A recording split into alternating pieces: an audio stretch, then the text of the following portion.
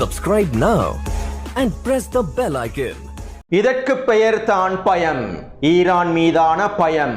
அடிவயிற்றில் புலியை கரைக்கும் பயம். ஈரானின் ஹெர்முஸ் ஜலசந்தி பண்டிகை கொண்டாட்ட விருந்தில் கலந்து கொள்வதற்கு அமெரிக்காவை மாத்திரம் தனியாக அனுப்பப் போகின்றார்களா? ஹெர்முஸ் பண்டிகை விருந்தில் அமெரிக்காவின் நட்பு நாடுகள் கலந்து கொள்ளப் போவதில்லையா?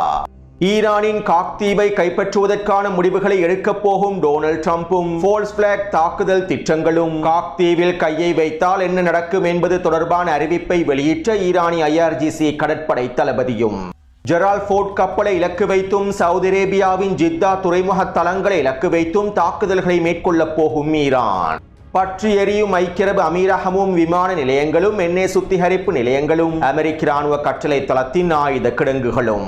ஹெர்முஸ் ஜலசந்தி பிரதேசத்தை கடந்த முதலாவது எண்ணெய் கப்பலும் ஈரானிய IRGC இராணுவத்தினர் வழங்கியிருக்கக்கூடிய அனுமதியும்.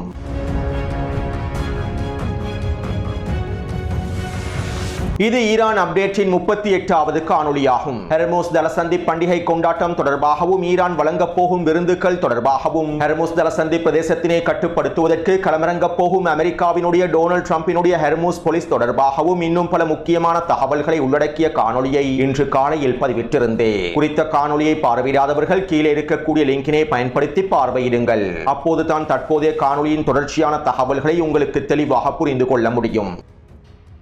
ஈராக்கின் குர்திஸ்தான் பிரதேசத்தில் இருக்கக்கூடிய அமெரிக்க நலன்களையும் அமெரிக்க தளங்களையும் கொத்து கொத்தாக தட்டி தூக்கி வரக்கூடிய ஈராக்கிய எதிர்ப்பு குழுக்கள் ஐரோப்பிய நாடுகளின் நேட்டோ தளங்களையும் கூட்டுப்படைகளை இலக்கு வைத்தும் தொடர்ச்சியான தாக்குதல்களை மேற்கொண்டு வருகின்றார்கள். இதற்கமைவாக 2 நாட்களுக்கு முன்பும் இத்தாலி மற்றும் பிரான்சினுடைய இராணுவ கட்டளை தளங்களை இலக்கு வைத்து தாக்குதல்களை மேற்கொண்டிருந்தார்கள். மேலும் நேற்றைய தினம் ஈராக்கினுடைய கிர்குக் பிரதேசத்தில் இருக்கக்கூடிய பிரான்சின் இராணுவ கட்டளை தளத்தை இலக்கு வைத்தும் குறித்த இராணுவ கட்டளை தளத்தினுடைய எரிபொருள் தாங்கிகளை இலக்கு வைத்தும் தாக்குதல்கள் மேற்கொள்ளப்பட்டுள்ளன.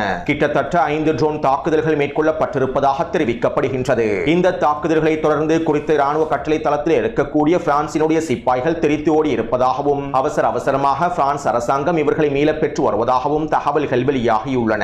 இதைத் தொடர்ந்து பக்தாத் பிரதேசத்தில் இருக்கக்கூடிய விக்டோரியா தளத்தின் இன்னும் ஒரு பிரதேசத்தை இலக்கு வைத்து ட்ரோன் தாக்குதல்களையும் ஏவுகணை தாக்குதல்களையும் மேற்கொண்டுள்ளார்கள். கிட்டத்தட்ட 6 ட்ரோன் தாக்குதல்கள் மேற்கொள்ளப்பட்டிருப்பதாக தெரிவிக்கப்படுகின்றது. கடந்த ஒரு வாரமாக பக்தாதின் விக்டோரியா தளத்தின் முன் பிரதேசத்தையே இலக்கு வைத்து தாக்கியிருந்தார்கள். இதைத் தொடர்ந்து குறித்த பகுதியில் இருக்கக்கூடிய அமெரிக்க அதிகாரிகளும் சிப்பாய்களும் விக்டோரியா தளத்தின் பின்புறத்தில் இருக்கக்கூடிய பிரதேசங்களில் நிலை கொண்டிருந்தார்கள். இப்படியான நிலைமையிலேயே அமெரிக்க அதிகாரிகளும் சிப்பாய்களும் நிலை கொண்டிருக்கக்கூடிய பிரதேசத்தை இலக்கு வைத்து ட்ரோன் தாக்குதல்கள் மேற்கொள்ளப்பட்டுள்ளன. நேற்றிரவு நடைபெற்ற இந்த ட்ரோன் தாக்குதலில் 25க்கும் அதிகமான அமெரிக்க சிப்பாய்கள் படுகாயமடைந்து இருக்கலாம் என தெரிவிக்கப்படுகின்றது. மேலும் பல அமெரிக்க சிப்பாய்கள் கொல்லப்பட்டிருப்பதாகவும் தெரிவிக்கப்படுகின்றது. இருப்பினும் இவை தொடர்பான தகவல்களை அமெரிக்க மத்திய கட்டளை தளம் முழுமையாக மூடி மறைத்து வருகின்றது. அத்தோடு இந்த தாக்குதல்களை தொடர்ந்து எர்பில் பிரதேசத்தில் இருக்கக்கூடிய அமெரிக்க நிறுவனங்களுக்கு சொந்தமான 2 எண்ணெய் தளங்களை இலக்கு வைத்தும் ட்ரோன் தாக்குதல்களை மேற்கொண்டுள்ளார்கள். ஏற்கனவே 2 நாட்களுக்கு முன்பு குறித்த எண்ணெய் தளங்களை இலக்கு வைத்து தாக்குதல்கள் மேற்கொள்ளப்பட்டிருந்தன. மேலும் தற்போது குறித்த எண்ணெய் தளத்தின் எஞ்சிருக்கக்கூடிய பிரதேசங்களை இலக்கு வைத்தும் ட்ரோன் தாக்குதல்கள் மேற்கொள்ளப்பட்டுள்ளது. அதேபோன்று குர்திஸ்தான் பிரதேசத்தில் இருக்கக்கூடிய குர்திஸ் பிரிவினைவாதத்தின் தலைமையகத்தை இலக்கு வைத்தும் அவர்களுடைய மிக முக்கியமான தளத்தை இலக்கு வைத்தும் ட்ரோன் தாக்குதல் மேற்கொள்ளப்பட்டுள்ளது. மேலும் இந்த தாக்குதல் தொடர்பான காணொளிகளை டெலிகிராம் சேனலில் பதிவிட்டுள்ளேன். அத்தோடு ஈராக்கின் தெற்கு பிரதேசத்தில் இருக்கக்கூடிய மிக முக்கியமான துறைமுகமான பசரா துறைமுகத்தில் எண்ணெய் ஏற்றுமதியானது முழுமையாக நிறுத்தப்பட்டு விட்டதாக ஈராக்கிய அரசாங்கம் அறிவித்துள்ளது. ஹெர்முஸ் ஜலசந்தி பிரதேசம் முழுமையாக இழுத்து மூடப்பட்டிருப்பதனாலும் ஈரானினுடைய தாக்குதல்கள் தொடர்ச்சியாக மேற்கொள்ளப்படுவதனாலும் எண்ணெய் கப்பல்கள் இலக்கு வைக்கப்படுவதனாலும் நாங்கள் எங்களுடைய எண்ணெய் ஏற்றுமதியை முழுமையாக நிறுத்துகின்றோம் என ஈராக்கிய அரசாங்கம் அறிவித்துள்ளது. இதற்கமைவாக தற்போது பசரா துறைமுக பிரதேசம் முழுமையாக இழுத்து மூடப்பட்டுள்ளது. இவ்வாறு ஈராக்கிய அரசாங்கம் எடுத்திருக்கக்கூடிய முடிவானது சர்வதேச எண்ணெய் வர்த்தகத்திலும் மிகப்பெரிய தாக்கத்தை ஏற்படுத்தப் போகின்றது. எண்ணெய் விலையேற்றத்திலும் தாக்கத்தை ஏற்படுத்தும். அடுத்து கடந்த வாரம் துபாய் விமான நிலையத்தினை இலக்கு வைத்து தாக்குதல்கள் மேற்கொள்ளப்பட்டிருந்தன. இந்த தாக்குதலை தொடர்ந்து துபாய் விமான நிலையத்தினுடைய விமான சேவைகள் முடக்கப்பட்டிருந்தன.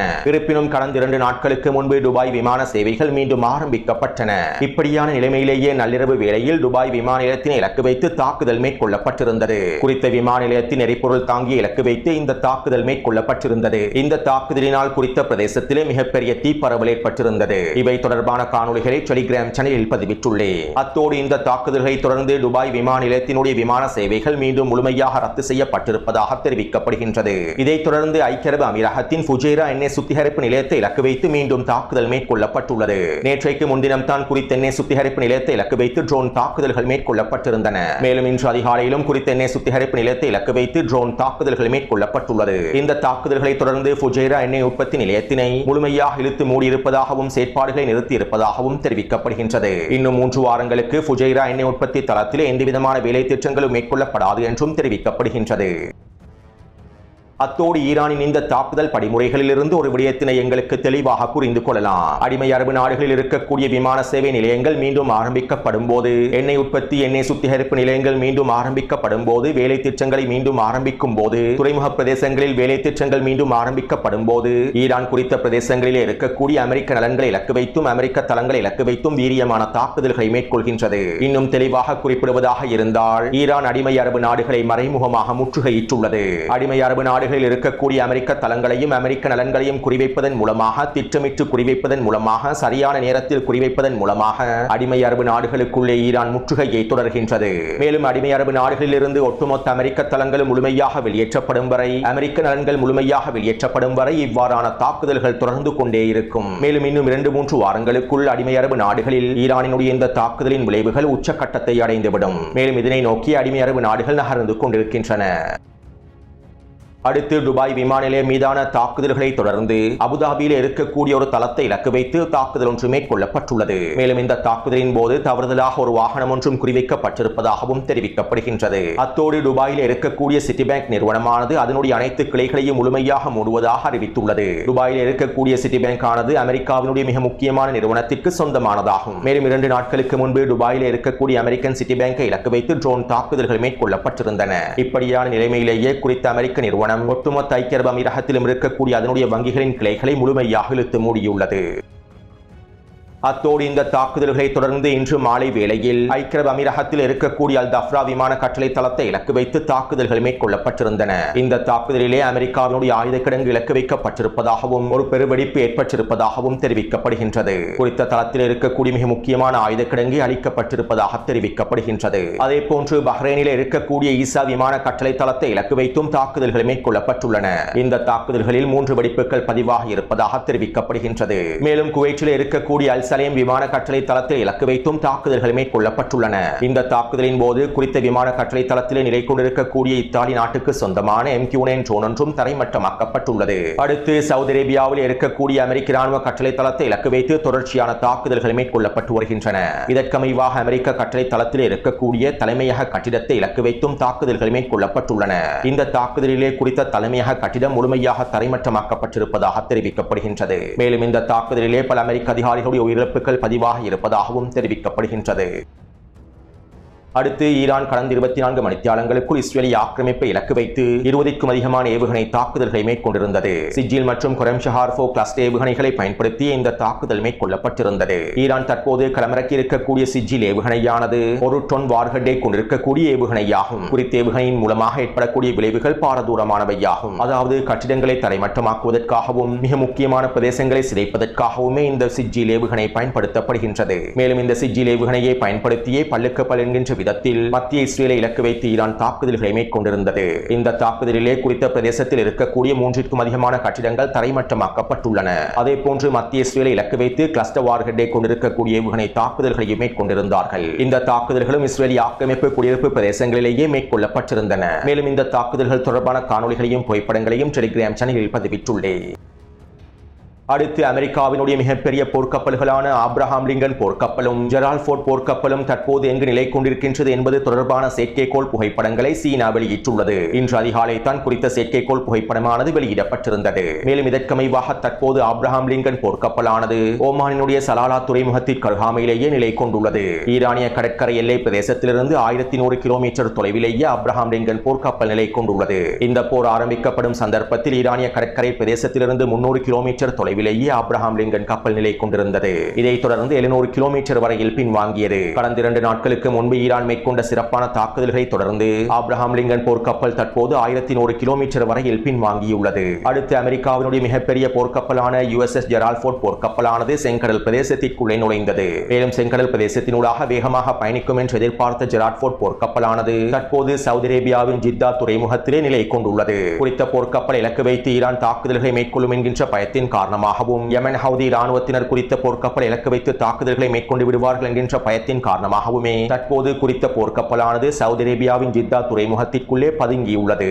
இப்படியான நிலைமையில் இன்று காலையில் ஈரானினுடைய காத்தமல் அன்பியா இராணுவ தலைமையகம் அறிக்கை ஒன்றை வெளியிட்டது. செங்கடல் பிரதேசத்தினூடாக நுழைந்திருக்கக்கூடிய ஜெரால்ட் ஃபோர்ட் போர்க்கப்பலானது ஈரானின் பாதுகாப்புக்கு அச்சுறுத்தலாகும். இதனால் இந்த போர்க்கப்பல் இலக்கு வைத்து தாக்குதல்களை மேற்கொள்வதற்கும் இந்த போர்க்கப்பல் நிலை கொண்டிருக்கக்கூடிய தளங்கள் இலக்கு வைத்து தாக்குதல்களை மேற்கொள்வதற்கும் எங்களுக்கு முழுமையான சட்டப்பூர்வமான உரிமை காணப்படுகின்றது. இதனால் நாங்கள் இனி வரக்கூடிய மணித்தியாலங்களில் குறித்த கப்பலை இலக்கு வைத்து தாக்குதல்களை மேற்கொள்வோம், தளங்களை இலக்கு வைத்து தாக்குதல்களை மேற்கொள்வோம் என காத்தமல் அன்பியா இராணுவ தலைமையகம் அறிவித்துள்ளது. அதாவது சவுதி அரேபியாவின் ஜித்தா துறைமுகத்திலே நிலை கொண்டிருக்கக்கூடிய ஃபோர்ட் கப்பலை இலக்கு வைத்தும் குறித்த ஜித்தா துறைமுகத்தினுடைய பகுதிகளை இலக்கு வைத்துமே ஈரான் தாக்குதல்களை ஆரம்பிக்கப் போகின்றது.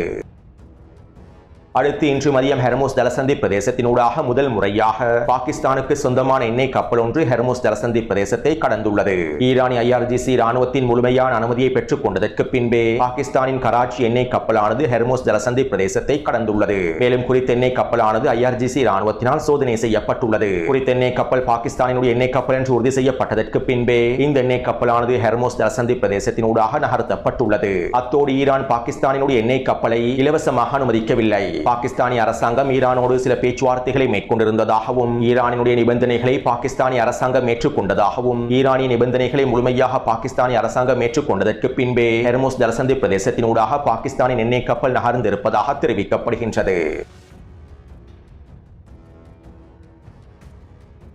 ஹெர்முஸ் ஜலசந்தி பிரதேசத்திலே ஆரம்பிக்கப்பட போகும் பண்டிகை கொண்டாட்டங்கள் தொடர்பாகவும் ஹெர்முஸ் ஜலசந்தி பிரதேசத்திலே டொனால்ட் ட்ரம்ப் களமிறக்கப் போகும் ஹெர்முஸ் போலீஸ் தொடர்பாகவும் முன்னைய காணொலியில் தெளிவாக குறிப்பிட்டிருந்தேன். மேலும் ஹெர்முஸ் ஜலசந்தியை கைப்பற்றுவதற்காக அமெரிக்காவினுடைய ஒட்டுமொத்த நட்பு நாடுகளும் இணைந்து கொள்ள வேண்டும் என டொனால்ட் ட்ரம்ப் மிரட்டல்களையும் வெளியிட்டிருந்தார். நேட்டோவுக்கு எதிரான அடிமை அரபு நாடுகளுக்கு எதிரான மிரட்டல்களை வெளியிட்டிருந்தார். இப்படியான நிலைமையில் ஜெர்மனியினுடைய பாதுகாப்பு அமைச்சர் போரிஸ் இவ்வாறு தெரிவித்துள்ளார். மிகப்பெரிய வலிமையான கடற்படையை கொண்டிருக்கக்கூடிய போர்க்கப்பல் கொண்டிருக்கக்கூடிய அமெரிக்காவினாலேயே ஹெர்முஸ் ஜலசந்தி பிரதேசத்தினை கட்டுப்படுத்த முடியவில்லை என்றால் எங்களுடைய நாட்டு போர்க்கப்பல்களை பயன்படுத்தி என்ன செய்ய முடியும்? அமெரிக்காவின் மிகப்பெரிய கடற்படையை பயன்படுத்தி செய்ய முடியாததை டொனால்ட் ட்ரம்ப் ஐரோப்பிய நாடுகளின் கடற்படையை பயன்படுத்தி செய்ய போகின்றாரா?